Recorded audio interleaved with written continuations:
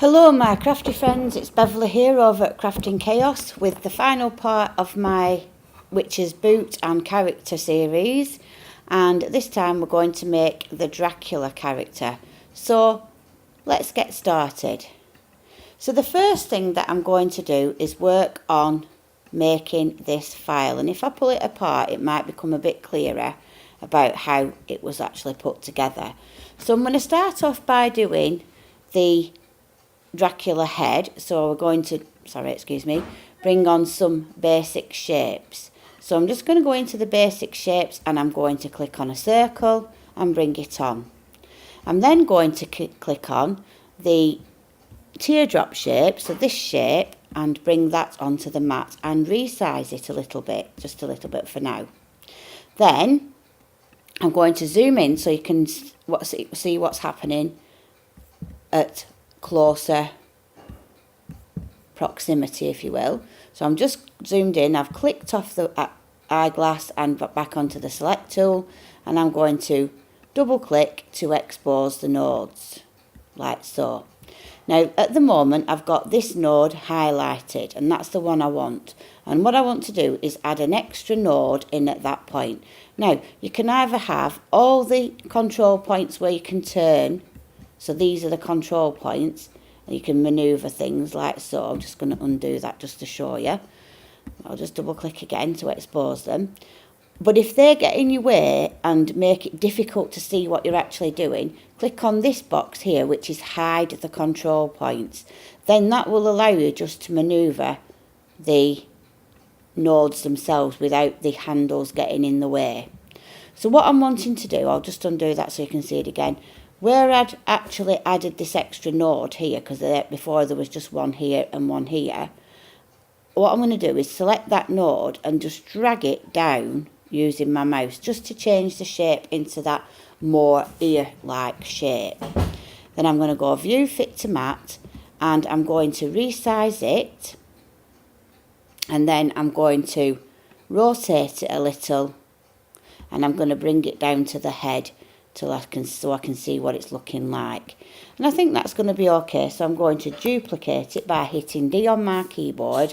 Then I'm going to, whilst it's selected, flip it on the vertical axis like so, and I'm going to bring that to the other side, roughly the same place. Then I'm going to click on both. I'm going to line them up at the bottom so I know that they're level with each other, and group them. Then I'm going to click on the head, and I'm going to I'm going to first of all centre them. Sorry, I've not selected both. Make sure you've got both files selected. I'm going to centre them to each other, and then I'm going to weld them. So that's give us our ears on the Dracula monster's head.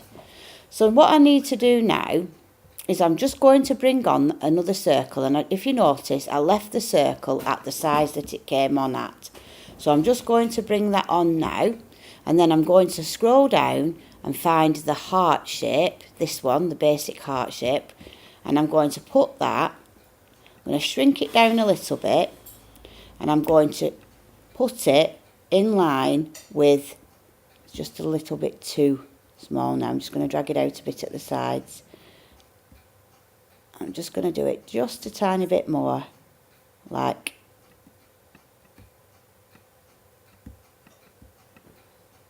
so. So this is going to help us to form the sort of this part of the file here. Okay, so I'm wanting to just get it so that I've just got a little bit of it coming down the sides, and that'll do, and I'll deal with the rest of it afterwards. So I'm going to select both of those. I'm going to line it up to the centre, and then I'm going to select both and go to Edit, Process the Overlap, Remove Overlap, move that away, and this is what I'm left with. Now, at the moment, those are too low for my liking where I want them to be. So all I'm going to do is bring on a rectangle basic shape, and I'm going to trim them off. So I'm just going to line it up like so, select the other one, Edit, Process the Overlap, Remove Overlap, and then we've got more of that shape. And I'll keep the rectangle on in case I need to cut anything else, and we'll get rid of that heart shape. So this is going to form that part of the Dracula head, if you will. So I'm going to make that black. I made, for this case, I could make it whatever colour you want, but I tried to make it like a pale blue or something similar, so that he actually looks like he's short of blood, if you will. A corpse. Alright, so once I've got that in position, I'm just going to centre it, and then I know it's right, and I'm going to try at the top, see what that's, put it up to the top. So there, that's what we're looking like now. Now if you want those sideburns, which is what I've got, if you will, I call them sideburns in Britain, I don't know what they call them elsewhere, but I could do a similar thing to what I did when I made the ears. And again, I'll zoom in, using the eyeglass. So I'm just clicking on that, and I click where I want to zoom in, and then click on the selection tool. Then if I click again to expose the nodes, I can just bring that one out a little bit, and also bring this one out a little bit, and that will give us the look of sideburns. And now I'm going to fit to map, and there we have our Dracula face, if you will. So the next thing we're going to do is we're going to work on putting the cape together. So for the cape, you need the right angled triangle, so this one, and you're going to resize it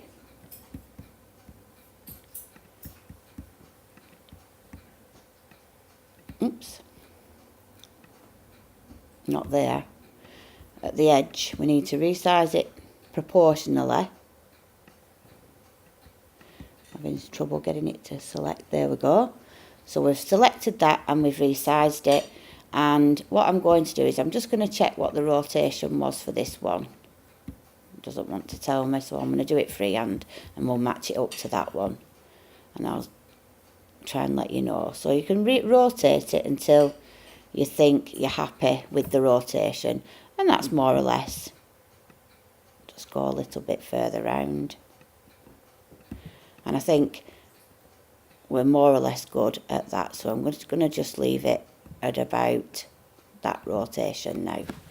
So then I'm going to need 2 of those, so I'm going to duplicate it, move that out of the way, and edit flip on the vertical axes. Okay, at the minute we seem to having that problem again, so I'm just going to save it. Remember, if some of the controls disappear when you're working on your files, if you do a save and then a refresh, usually it brings back any of the missing information that you needed. So as long as you've saved it, you're not going to lose your work. So then I'm going to edit and flip it on the vertical axes, and it's done it now this time. So then I need the rounded rectangle for this part. So I'll go on to basic shapes, find the rounded rectangle. I think I used this one, and I just sized it up a little bit. So we'll use this as a guide, just roughly to get it, and I'll tell you the dimension in a minute. So I got that to be around about 3, just over 3 by 5 inches. Okay, so what I need to do now is line these 2 up at the bottom, and we're going to group them so that they're a group. We're going to first of all now deal with this. So I wanted it to have a gap excuse me, in between. So what I'm going to do is first of all let me just move the head out of the way. I'm going to select both files and centre them on the vertical axes like so. Then I'm going to select both files and weld them. Process the overlap and weld. And then all I did was took this file, this isosceles triangle, and I just shrunk it down a little bit in the, just let me click off it, in the width, so it's not quite as wide. I put it in the middle roughly, selected both, went edit and centre vertically to make sure it's exactly in the middle, and then I went I'll do that again. I managed to select everything then. edit, process the overlap and remove the overlap. So then if I move that away, you can now see that we've got that part of his cape. We'll cut in 2 pieces, but when you put it back together, you can soon sort that out. Okay, so we're going to make that black. So the next things I did was, actually I'm just going to go back a step so that I can get, I'll come back to the bit where I needed to make a copy of those. So I'll just make a copy of those triangles because we need them for the inner triangles. So what I'll do is just close that down so you can see what I'm doing. I'm going to just move those off to the side. I'm going to select both of those again, line them up centrally, scooch the bottom one up a little bit, and then I'm going to weld them like so. Then I'm going to bring back in my triangle, this one, the isosceles one. I'm going to just make it narrower, put it back in place, line it up centrally, and now we're back to where we were. So I'll process the overlap, remove overlap, and then we're back to that stage. So I'm just going to flood fill that with black. And the reason I went backwards a few steps is because I remembered that I needed to make these into, so I'm just going to ungroup them, into the outer collar part, which is a slightly smaller triangle that mats on top so that it looks like it's showing the lining of the cape, but you can still see the black outside. So again, we're going to process the offset line, we're going to make it outward just by a small amount. I'll make it, I think, 0.08 inches, and then say OK. So we can click on, we can now take away the bigger ones because we want the smaller ones for our cape. So I'm just going to delete those 2 so I don't get confused, and make these 2 the red ones. So these need to be red. So that will be the outer part of the cape. So if we just bring that to the top, you can see that that should fit, leaving just a small border around.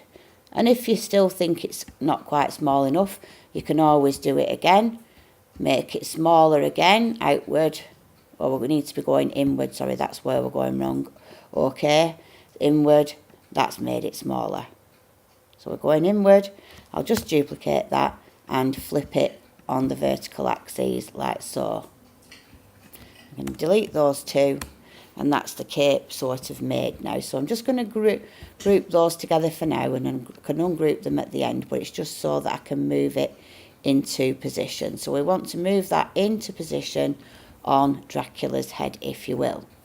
Then I took a square, I just shrank it down into more of a rectangle. I made it sort of a pinky colour because I just wanted it to show that he had something on underneath the cape, and I think I was aiming really for a whitish shirt, but when I did white it didn't show up very well, so I'd made it sort of a buffer, a pink colour, if you will. And then that one needs to line up with the bottom of his cape roughly and send it to the back, so you just get the idea of where it's going, and that needs to go right to the very back, and then that's where you can see he's got something on under his cape. Okay, so what we're going to move on to next is the bow shape. So for this we need to scroll down and find the right shape. So we're scrolling down and it's around here somewhere, this one that I chose. So I clicked on that one, brought it on, whoops, I've removed the wrong image, and then I shrank it right down to a little and made it red. I'll just move that up so I can get it red, so you can see that it matches the cape. And I made it a little bit wider and then shrank it down so it got that more of a bow sort of a look to it. I then took the egg shape, this one, and I flipped that on the horizontal axis. I made it dark, like a darker colour, so it looks like one's matted on top of the other. And I shrank it right down so that it fits on top of the bow as the keeper at the centre, if you will, like so. And then I selected both and put it into position on my character like you see. So next thing we need to work on the features, and I always think at this bit this is where the image really starts to come to life. So I brought on a circle and I shrank it down to make the whites of the eyes first of all. So I'm just going to try that in white and check it for size on my, and at the minute I've got it about 3/4 of an inch, and we're going to just see how that's looking. Just might be a little bit too big, so I'm just going to make it slightly smaller, perhaps by 0.7, and we'll see what that's looking like. I think that's going to be okay, so I'm going to put that there. I'm just going to move that out of the way so we can see, and I'm going to need 2 of those, so I'm going to duplicate it, and I also need a third one so that I can create the pupil. So I'm just going to duplicate it, make it smaller and turn it black for the pupils of the eye, and I'm going to duplicate that, and I'm going to need another one of those bigger ones that I'm just going to move off for the side for the sort of eyelids, if you will. So I'm going to pop them into the eyes like so, and then if you think they're too small, you can always group them together and then just make them a little bit bigger, as you see. So I'll have it like that for now. You can ungroup them if you wish, so that you're able to move them independently again. So that's where we're at this minute now. So now we need to make the eyebrow, or I think it's more like an eyelid really. That's what I was going for, something that to give the eyes a little bit more interest. So I just need it just a slightly bit bigger. So I've gone to about 0.8. And I'm going to use this rectangle that I'd left off to the side to cut my circle. So I'm just going to place it on top, and at the moment the circle's on top, so I'm going to make sure that goes down to the very bottom, and then I'm going to select both shapes and I'm going to remove the overlap. And if I move that off to the side, I can now duplicate that, select them both, make them black and put them into position. Now obviously this colouring in business is only just for the screen's purposes, because I like to see how my file's building, and I can do that better with if it's got colour. So now I'm going to move that into position, and then the final thing we need to make is the mouth, and it's very similar to the Frankenstein monster. You just bring on a circle, duplicate it, line one up on top of the other, select both, line them up vertically, and then edit, process the overlap, subtract, move that away. You're left with this shape. Now I'm just going to shrink that down just a little bit, and I'm also going to stretch it out a little bit so that we've got the shape that we want. So that's where we're up to. So then I'm going to bring this square, or rather rectangle, back in, and I'm going to use that to cut the mouth. So we're going to go edit, process the overlap, remove overlap, and we've actually gone the wrong way, so I'm just going to undo that and bring it back in, and then I'm going to make sure that the mouth is at the bottom, and at the minute it isn't. Now it should be, hopefully, although it looks like it's still on top. Let's just try clicking. No, it's the square that's on top. Select both and then remove the overlap. So now I can move that out of the way. We've got the mouth. We can resize it to fit our character. Oops. So I'll bring that in. I made it add sort of a dark red for the mouth. Oop. There we go. So dark red. And then finally, we just need to make the vampire fangs, if you will. So what I did then was went to my basic shapes again, pulled on, I think it's this shape that I used, and then I shrank it right down, oops, till it fits the character size. Make it white, duplicate it, and then put them in position as it suits where it suits you. So I'm just dragging them in, and that is basically how you make the file. Okay, so that's it for the character part of the Witch's Boot series for Halloween. I hope you've enjoyed it. If you have, please like, share and subscribe. Give me the thumbs up. Obviously we're still growing the channel and people are tuning in, and I am getting more subscribers, which is really encouraging. And if you know anyone at all that you think might benefit from using the file, send them over to my blog at Beverleigh 10 Blogspot. When you go to my blog, you'll see all of my files are available to download. All you do is click on the links and it'll take you to a page where you can download the file for free if you don't want to make your own. And feel free, if you wish, to sell your projects that you've made from my files. The only thing I ask that you don't do is sell the actual files. Just send people across to my blog and they can get them themselves. Alright, thanks for watching and I'll see you next time. Oh, sneaky peek, we might be looking at Christmas next.